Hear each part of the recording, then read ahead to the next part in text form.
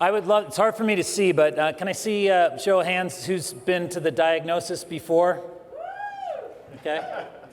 It's like 3 people? No. Okay, good. Only 3 people you can see. Yeah, thank you all. All right, there we go. There's a lot more people. All right, that's good. I just can't see.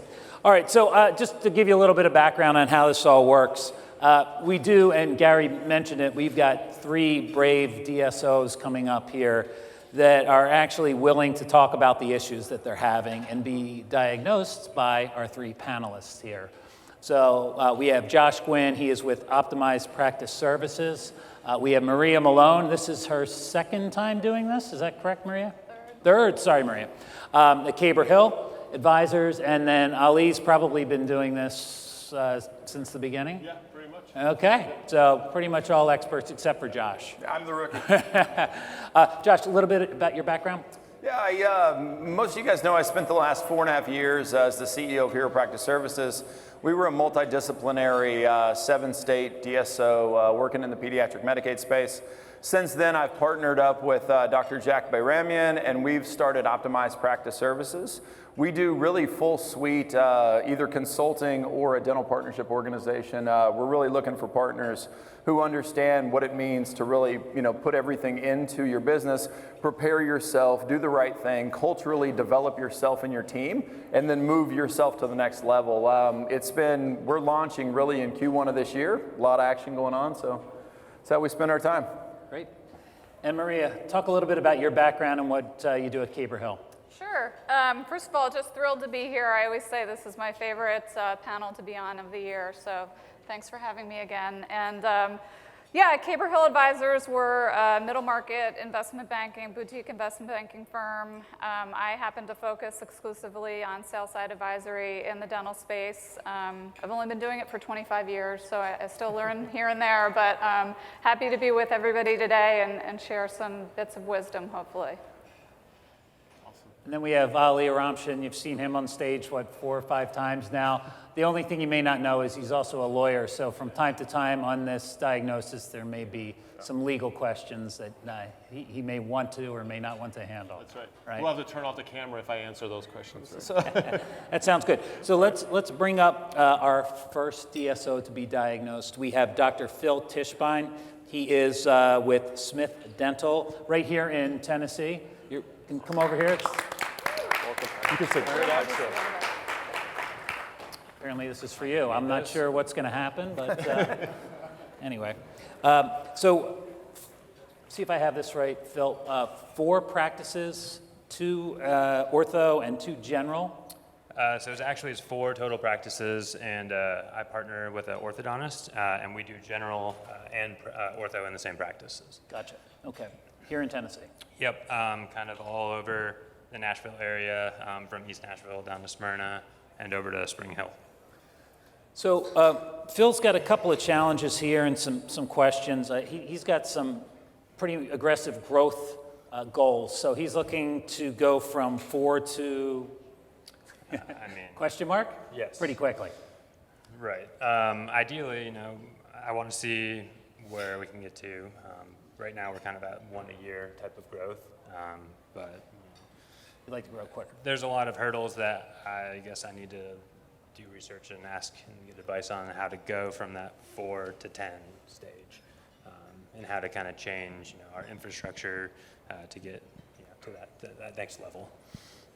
Josh, you could probably help out there. A ton. The first thing that I would always think of is, we would work with you to try to get you to really solidify what that looks like. If you say 10 is the number and you want to do that in 3 years, then you would work backwards from there to build out your strategy. What I would say the first thing for you to do, though, is who are you and why would anyone join you? Why would you be the place that they would grow from? Show your heart, show your passion, show your leadership style, and help people understand the unique ability that you bring to every conversation. When you can build through that, then people are going to start to become attracted to you, and that flywheel spins so fast. That level and law of attraction turns people on in a way that you can't even see until it's happening, and then you have more than you can deal with. Great problems to have, but it starts with that. Who are you? What are you about? Why should they believe in you and tie their career and their lives to you? That's the start, then the strategy backwards from there. Maria, what do you see with your customers? You know, I think for those that are looking for growth, it's first a decision of are you going to do an acquisition path or a de novo path or a combination of both? And then it's being systematic and, you know, especially when it comes to acquisitions, I think it's very easy to get sort of ahead of your skis. And so being disciplined, you know, I've seen way too many situations where somebody goes outside of like normal parameters, whether it's geography, valuation, you know, the staffing or the doctor in place, and it ends up really causing a lot of internal challenges. And along with that, I think, you know, whatever growth path you decide to pursue, you need to make sure that you've got the support in place. And sometimes that means bringing on a resource before you're really ready for it. And so sometimes you kind of have to like bite the bullet a little bit, sacrifice maybe some earnings for a little bit of time to ensure that you can have a smooth transition, whether again that's acquiring an office or opening something from scratch. What's your growth been like so far? Has it been acquisition? Has it just been de novo? All of our practices so far have been de novo. Okay. Did you say de novo? De novo, yeah. You know, for us from an HR perspective, I think, you know, when you're doing startups like the way you are, I think recruitment is going to be one of your biggest challenges. You know, right now with 3-4 offices, it's a little bit more manageable. As you grow, it's going to become even more difficult. And I think what Josh said really was spot on. You got to really figure out who you are and what you are to the community and make sure that information is out there. Because the more you put that out there and the more people understand what you're about and why you're growing and what the intent there is, recruitment is going to be a lot easier. You know, we always say that finding employees is hard if you're doing it from scratch every single time, but if you have your own employees that refer their friends, and they, you know, who are at maybe dental practices that aren't so good, that don't have a mission statement, that don't have a focus, that's a really great way of growing, you know, a team. And then making sure that you've got all the things you need from a stable perspective, you know, from the HR documents and all that to, you know, that as you grow, you're not opening yourself up to liability. It's just, if I could just add on to that, it's not only a great way to grow a team, it's a great way to grow your organization, especially when you think about the acquisition model. If you've got people, team members, at all levels of the organization that can speak to the benefits of being part of your group, and they go to a CE event or they're just out and about in the community, you're gonna have, you know, people coming to you as opposed to having to rely on all outward focusing efforts. Yeah, the thing that I've noticed mostly is and the hardest thing, especially as entrepreneurs, to understand is it's not about you. It's about your vision. And then your team takes on that vision and it becomes their identity, and then they're your recruiting team. You don't have to have all this, you know, special recruiting on this side and that. Sure, those things help, but it's about that vision and their attraction to that. And then the other thing I'll bring up is I'm fascinated by this combination of visionary and integrator thought processes. The visionary, the one who builds the vision, who leads the culture, who directs, is not the same person as the day-to-day accountability expert. And you have to make sure you have that balance in your company. If you have that integrator, they're the ones who are going to tick and tie every single thing, step 1 through 300, and hold the whole team accountable while you're pushing the vision forward, or the visionary is. You have to solve that problem first, and then you can explode. My partner's definitely the visionary. Are you the one that has to... Are you the integrator? Yeah. Is that your unique ability, though? Is that where you live? You love it? When you You're have to passionate describe about it that Awesome. way, it kind of makes sense. But, Awesome. yeah. So yet another question here, which is one that you hear quite a bit of. I don't know if there's a right or wrong answer, but I'd love to get the panel's feedback on this. You know, do you go with the single brand across all locations, or do you create an individual brand for each location? So, Maria, do you want to, because you probably work with both types of customer. I think it really just comes down to, you know, as Josh is saying, what's your vision? What are you trying to build? You know, and there are certainly pros and cons to each. You know, for, you know, example, if you're a single brand, you can very much leverage, say, marketing dollars. You know, so I don't think there is a right or wrong answer. I think it's really about what you're trying to achieve, what you're trying to build, and which path better suits that program. Yeah, from an inward perspective, I mean, outwardly, as far as the patients are concerned, like Maria said, I think there's pros and cons to it. Inwardly, I think having it seem like it's one team, right? Even though it's maybe different fictitious names, but it's really one team where you're doing events together, you're sharing each other's successes and sometimes failures and how do you learn from that. I think making it one team internally is always a winning case scenario, right? Because it's not now, hey, this doctor owns 4 offices. It's we all are part of this, group, and this is the, the goals that we're trying to achieve, and that always tends to be better from a team building perspective. And from my perspective, what I've seen, I've actually run a pretty national brand, and then also brought in some sub-brands per region. What we found the benefit was marketing dollars, absolutely. If you're going to go out and be on TV, it's great to have that big brand. But the other thing is if the quality or you have a customer issue in that, you've now tainted the whole brand. Everyone has to be the ambassador for the whole brand. And sometimes I heard from a big CEO of a huge DSO, and he said, what's interesting is I might own 30 practices in this market, but when Timberlake Dental upsets somebody, they go to one of my other practices and they have no idea that they're dealing with the same people. And that sort of concept makes a bunch of sense, especially if you're going to have ownership and partners in each location. That provides them with the opportunity to own their brand and be the full representative for that. So there's a lot of ways to slice that. I'll go back to it starts with what is your strategy, what is your mission, what's your focus, and then you build all those things backwards. Thank you. I have time for one last question before we bring up the next DSO, or issue, I should say. So standard operating procedures. So can we talk a little bit about the development of those and actually how to communicate that across multiple locations? I'll dive right in. What we always did was build what we called a SWAT team. And that SWAT team was made up of the executive team, leadership, as well as the practice managers, your lead assistants, your lead hygienists, the people who do the work. Bring them together monthly, bi-weekly, however you see fit, and then start to make that checklist of items that you're going to standardize and have them do the work. Then their ideas are the ideas that you're rolling out, and you innately get buy-in before you ever deliver the product. Then when you start your next round of businesses, this is the way we start. That's the only thing they know. Yeah, the one thing I would add to that, and it's something that is a little bit counterintuitive, but you have to be careful about it, which is, people when they get into groups like that, when they're creating standard operating procedures, there's tendency to want to, vote on things and try to decide on, well, if the majority wants this, you can't really do that in a dental practice. You got to take everyone's input, but there's got to be one decision maker. Maybe it's you, maybe it's your partner who says, I've gotten all this input. Here's all the data that I've taken in. Here's your opinions. I understand all of it. This is the decision that I'm making to move forward. And then you have buy-in from everyone because everyone understands that their points have been taken into consideration. You might not agree with it, or you may, diversify it a little bit, but at least you've heard everyone's opinion.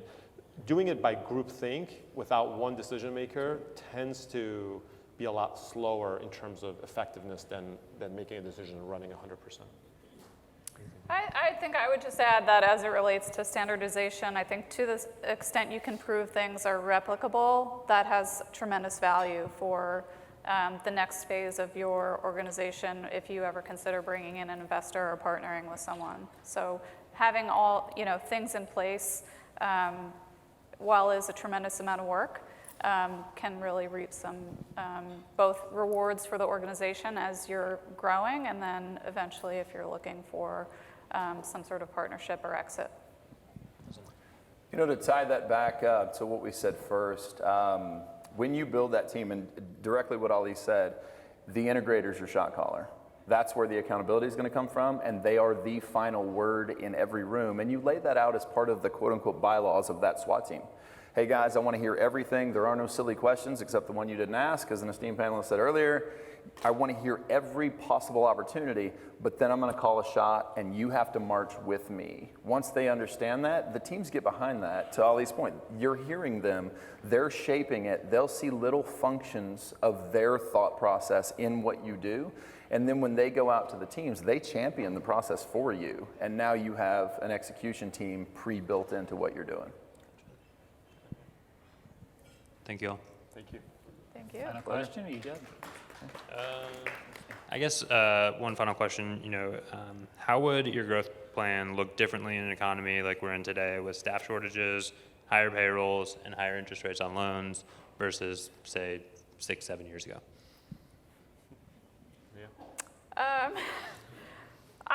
I don't know that there's that much that I would think about changing. I mean, I think that comes back to being disciplined, making the right decisions for the right reasons, and especially as it relates to financial decisions, because that's, I think, you're pointing out that there's a lot of financial pressures coming because wages are going to be increasing. Potentially, we're going to see a little softening in revenues, and so just being disciplined, I think, is the most important thing that you can do. Yeah, I mean, I would add to that as well. I mean, I think, dentistry has proven itself, I think, to be recession-proof. It's now proven itself to be pandemic-proof.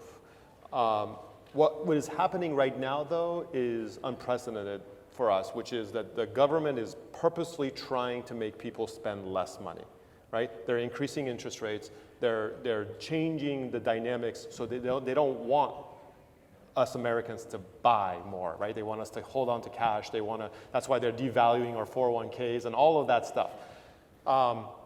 That's a hard place to be in a service business like we are. But I think you have to go back to what has made dentistry, right? The basics of oral health. And I think if you focus on that, people are never going to skimp on that. They're going to keep doing what they're going to do. Maybe they might not do the full mouth reconstruction for a year, but you know what? They're going to keep coming back every 6 months. And I think focusing on what we know best and kind of keeping and doing that through this will survive through this next turn as well. So I always think about how do you make investments in your team and your people that take you away from competition.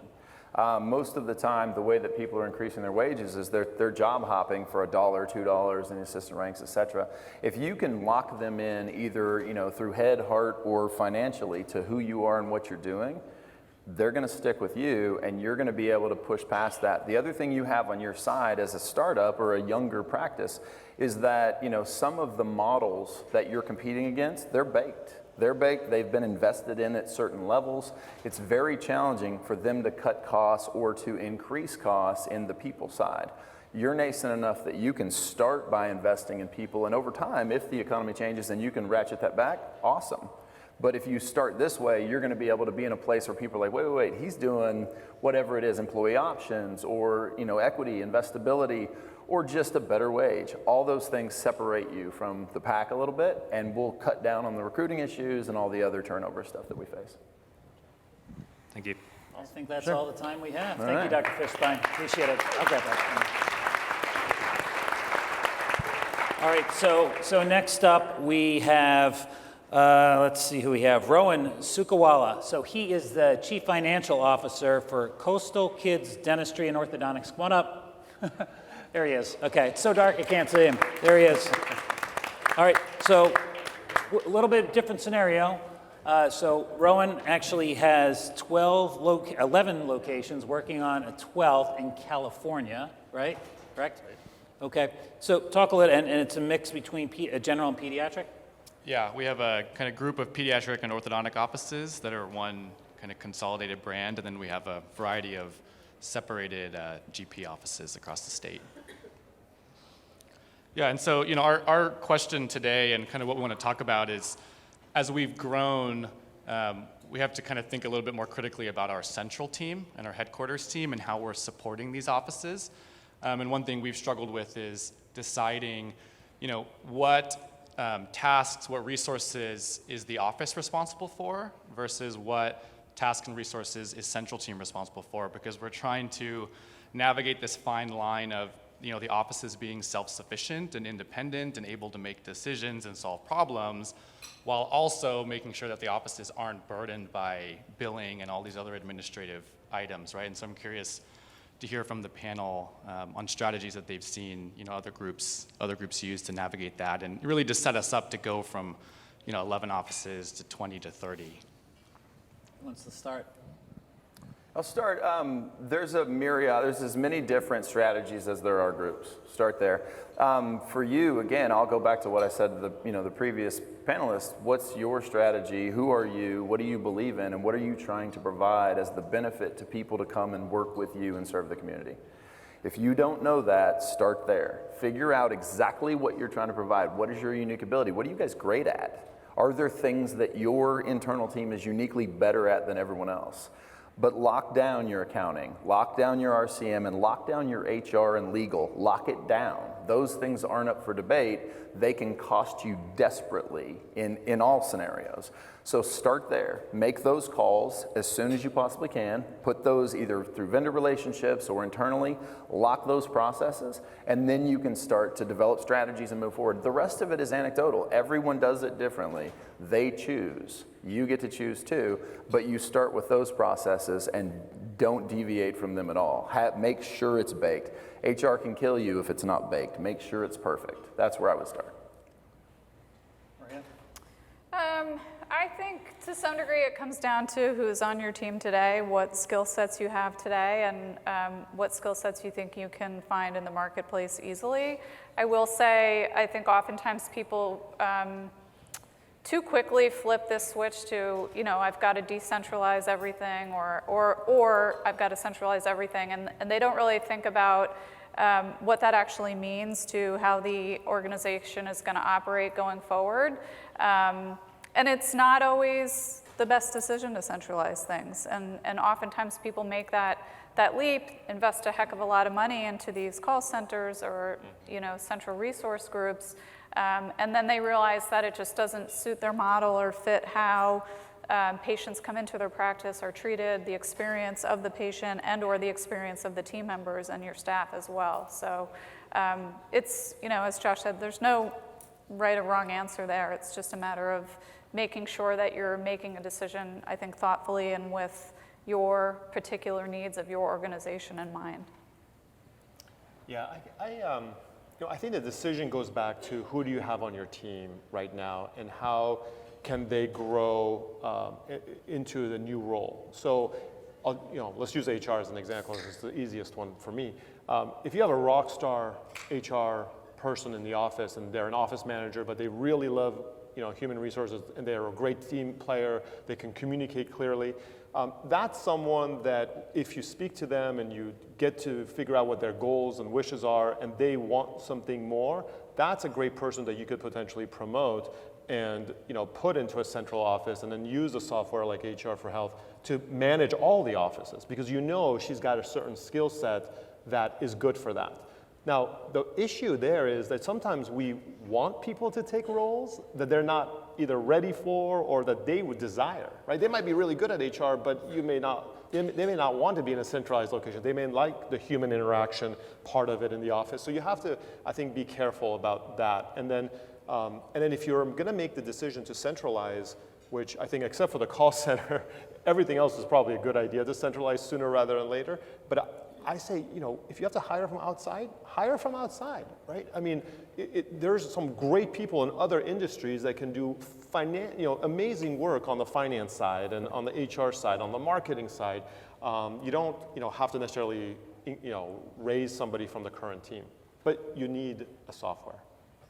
I would also throw out that the replicability of your systems is going to be key to your investability and your long-term financial success. Anything that is completely locked to one human is going to be a risk factor that investors are going to deeply look at when they're valuing your business. So there are so many people in this room right now who have the systems that they've built so you can outsource some of that. Be thinking about that combination of how do you use vendor outsource support along with your internal team to manage these processes so that if that rockstar HR person leaves, you've got HR for Health in your back pocket that's keeping everything clean, on time, and on target for you, and there's no transition issue. Those things, when those issues happen, you can see them flash in your financials. Well, we lost a person. That's not something I want to hear as an investor or that investors in the room want to hear. They want to know that, oh, we lost a person there, but there was no change because we have the system locked down. So, Ali, you mentioned something about hiring outside. So, what are the panel's thoughts on where are there other healthcare verticals that seem to work well? Does it not matter? Like, what have you seen successful if you do have to go outside of your organization for talent? Yeah, I mean, we've seen it all across the board. I mean, in veterinary medicine, there's some incredible people. In optometry, there's incredible people who are looking to change. And I'll tell you, I mean, a lot is happening in veterinary medicine that's very similar to what happened in medicine, 10, 20 years ago. And so people are unhappy with those changes, and they're looking for something new. And so if you can do what Josh was saying, which is to make sure that the world knows about your mission and your motives and what you are all about, these individuals are going to jump. And it's not a huge jump, right? From healthcare to healthcare. Outside of healthcare, I think there's always opportunities to grab people, but it's a little bit more difficult because right now, with the way the economy is, people are getting crazy signing bonuses, crazy stock options, crazy other things that we just don't live in that world in dental. So it's hard to compete on that. But I think you can definitely grab people from other industries. Rowan, you had another pain point wrapped around recruitment, but more from the provider perspective. You're in a pretty competitive market for dentists. Yeah, we're fortunate to have plenty of dentist candidates when we're hiring, but we're starting to see more and more competitive compensation packages from bigger groups than us. So I was curious, on just navigating through those conversations with associate doctors. We always preach our culture and how our schedule's probably a little bit easier on them, and their production's still going to be pretty good and all that. But sometimes they just come in with, so-and-so is going to pay off my whole student loans, and it's just hard for us to compete with some of that. So I was curious from a doctor recruitment standpoint on how that's being navigated. Yeah, I'll jump in. There's a bunch of different things that I would say. One, you mentioned that you leverage your culture. Be who you say you are, my man. If you are, then that's going to be a hook that you can get into people and hold them tight. Working in an associate-driven Medicaid model myself, we were able to keep turnover at like 6% for years because the docs loved the mission. They knew we were pure, we were, true heart, we meant it, we did what we said we would do, and that's so crucial. Understand that every time you make a decision that you don't feel great about in your heart, everyone sees that, and they're taking you and holding you to account for it. The other thing I would say is build them a pathway to success, meaning year 0 to 2, you're an associate. At year 2, you become a lead clinician in a practice. There's some benefits to that. By the time they're 2 years in, they're producing at a level you can pay them those differentiated things. Year 2 to 5, you now become a lead clinical director for a region. Year 5 plus, you have a partnership option or an equity play. Those things that you can show day one, show the dentist that you're thoughtful not just about them coming in and producing for you, but you're thoughtful about their career. The days of hanging your shingle and walking away are a little bit over. Now you have to compete in the, what is my life going to look like in 10 years if I come to you? And if you can show that path, it changes the game for folks. Okay. That's a great point. Maria, do you see that pathway to partnership being used with a lot of your clients? Yeah, I mean, I think that's one of the biggest game changers we're seeing, over the span of my career. I mean, back in the day, dentists were sort of friendly and controlled, and now we've seen a complete shift where I think there's a tremendous acknowledgement and recognition of the fact that we really need partnership, we need alignment, and we need to provide opportunity. And I think, today too, young graduates are just behaving differently. They have, maybe they're smarter than me because they have a better idea of what kind of work-life balance they want. And certainly the industry is becoming much more complex, as we all know. And so, part of, I think, what can be attractive is making it as easy as possible for a young doctor to get mentored, to advance their skill set, right, and to be able to take care of patients, which is generally what most doctors that I interact with are really focused on. And so if you can provide that sort of environment, and then on top of it, have a path to partnership, and an opportunity for career advancement, to me, that's a perfect playbook. And it's also something very achievable. And path to partnership, I just want to say, doesn't necessarily mean everybody has to be equal owners. Right. So. That's right. You know, one thing I'll add to that, when I work with clients, or the first thing we kind of talk about is, again, why do people stay with you? Why is it going to matter? And if you can figure out that in some ways you are competing against the guys who can throw a lot more upfront monies, but they're dinosaurs. They're no longer, or just not willing to shift fast enough because their model is so baked. They're not going to come up with a path to partnership at the same level you could, or offer somebody the opportunity to come in and change lives at that level. They may pay lip service to it, but their turnover is so bad that they can't compete with that. If you can leverage that, lock it down, show somebody, to Maria's point, what's their training plan, what is your vision for their career in 5 to 10 years, they now can lock into something that they can believe in and take a long-term view of their own life, which changes the way that they think about it. And the transactional nature of contracted, friendly dentists goes away. You now have built a partnership with people that you trust and believe in, and then you hold them accountable at the highest level. And when you find out that they're not for you, you take their tails out as fast as possible. Yeah. Everyone else sees that. Your group gets tighter. People believe in you even more, and you're the leader they always wanted to be around, and they can develop into that and take your group through the future. I think on that note, there was a little bit of tough love from Josh there, so I think we'll bring up the next victim. Thank you. Appreciate it. Thanks, Rowan. Thanks for being there. Super. Thank you. It was a pleasure, brother. Nice to meet you. Yeah. Okay. Next up, we went from 4 practices. We had 11 practices in California, and now we're bringing in a doctor that has 2 practices, looking to add a third one based in New York City. This is Dr. Kurt Froelich of Dental Arts. Welcome. Oh, and you have a friend with you. Hello, yes. This is Dr. Vasu, my partner. Wonderful. Great. Nice to see you both. Talk to me a little bit about your practices.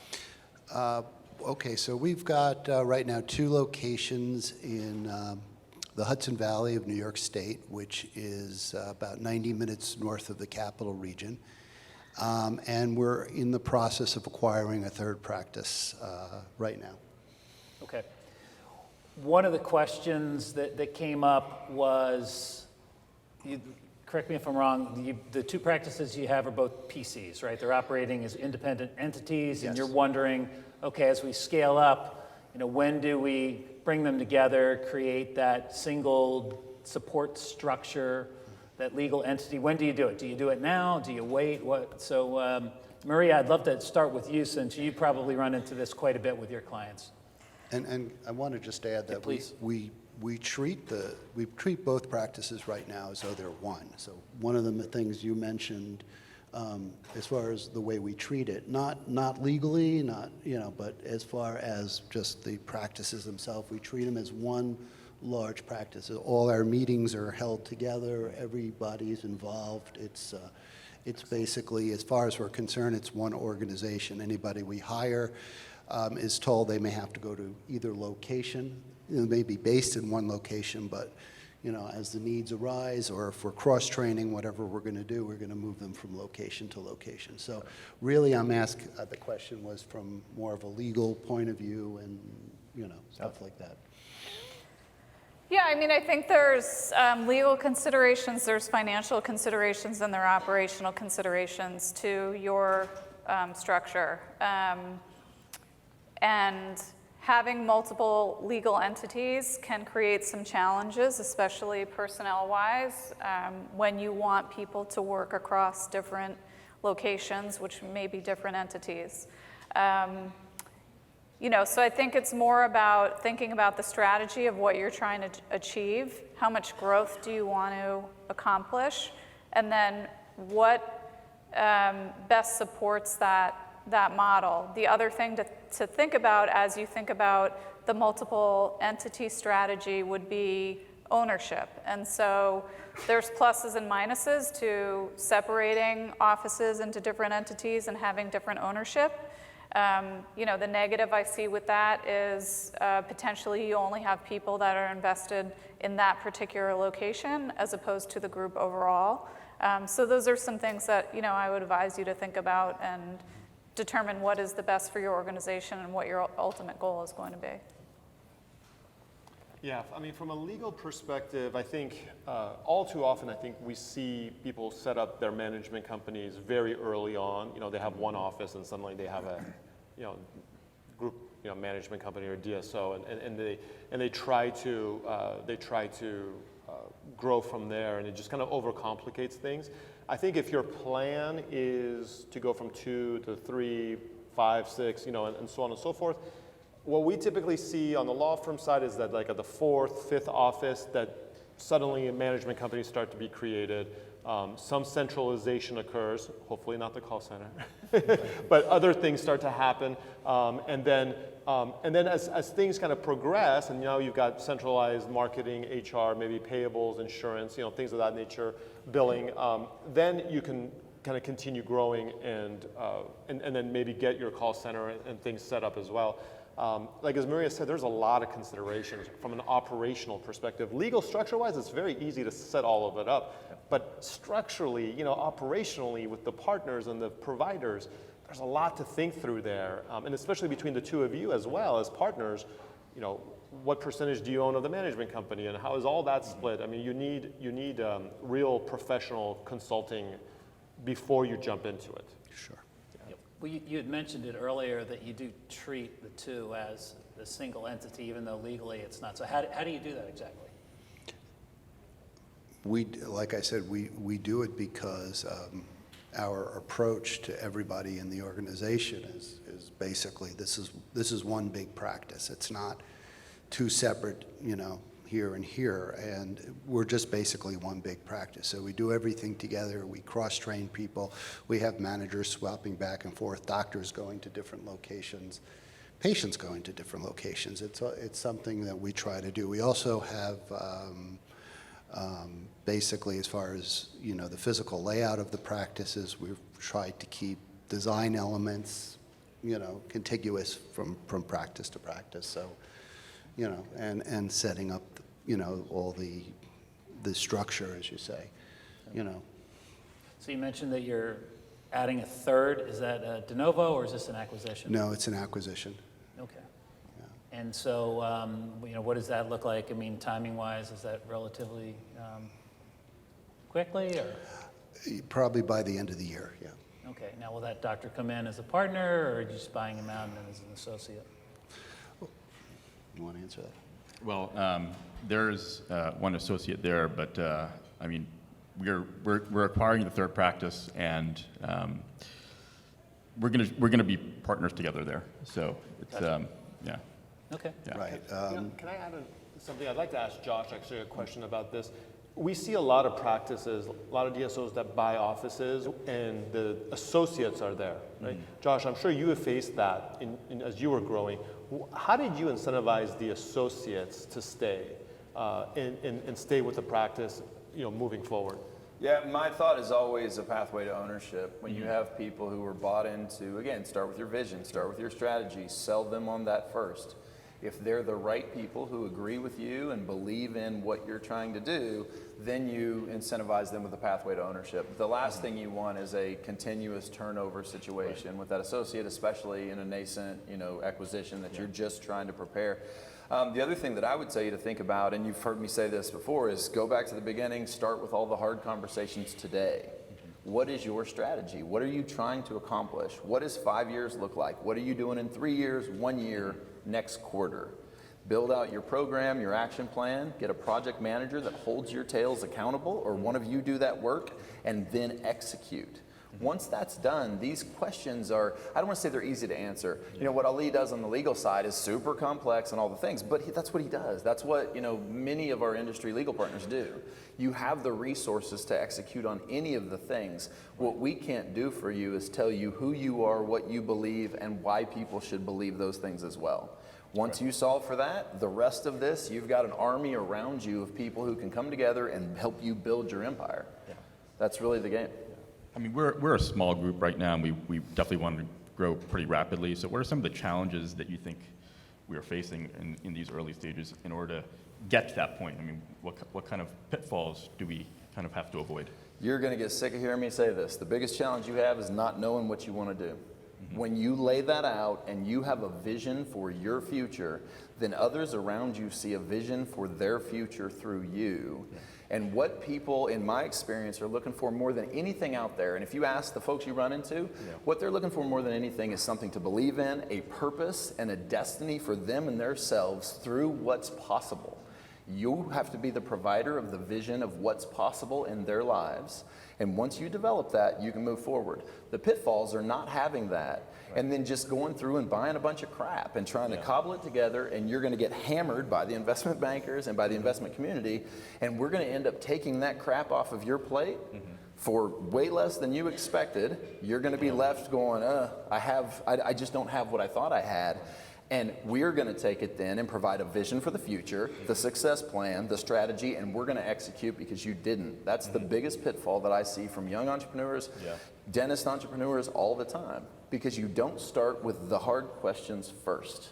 What are we trying to accomplish? Who are we? And it's not who do we want to be. It's who are we, because you have to be who you say you are. When you're not, you're a fool, and everyone watches it. Everyone sees it. Yeah, and it's not enough to have it appear, right? Because you're probably sitting here saying, oh, I think I know what we want to do, and I'm sure the audience feels this way too. Right. I feel like I know what it is. Here's my vision. No. You got to write it down, and you got to present it. You got to show it to the universe and tell the universe, here's what we're going to do. And what you find is that when you tell the universe that, things start to happen, right? Good things start to happen because now you've told your team and everyone else that this is what we are about and whatnot. And it's a lot harder than it seems. So what's in our minds has to translate to paper, and then you go from there. Well, actually, we have it written down in our waiting room walls. Love it. So our vision is actually there. I think one of the advantages of us being owner dentists, I've been in this game a little longer than my partner. We've made our mistakes. We've learned by trial by fire, all the things. We've been through, trial and error. We've had these situations. I do know, and I've got that vision. It's written on my wall and all that other stuff. And it was so satisfying to hear Pat this morning talk, because here's a CEO of Heartland Dental who, what do I know about Heartland Dental? But here he is talking about vision and values and culture. Culture to us dentists is so important. The culture, and one of the concerns I had is as we grow bigger and bigger, and I've heard it from other people who've done this, is how do you maintain that culture? Because you get to a point, from what I understand, is you don't get to know every person personally or individually anymore. See, right now we've got about, between contractors and people who work for us and employees, we've got 25 to 30 people in the organization. And yes, we are hiring before the fact and training people in anticipation for the many things that and laying down this infrastructure. That was one of the amazing things that the pandemic let us do, because it slowed us down, let us think about it, got some people involved who are incredible people. I got out of the way, which is the greatest thing a dentist can do who wants to do this. Get themselves out of their way of everybody else. Let them do their jobs.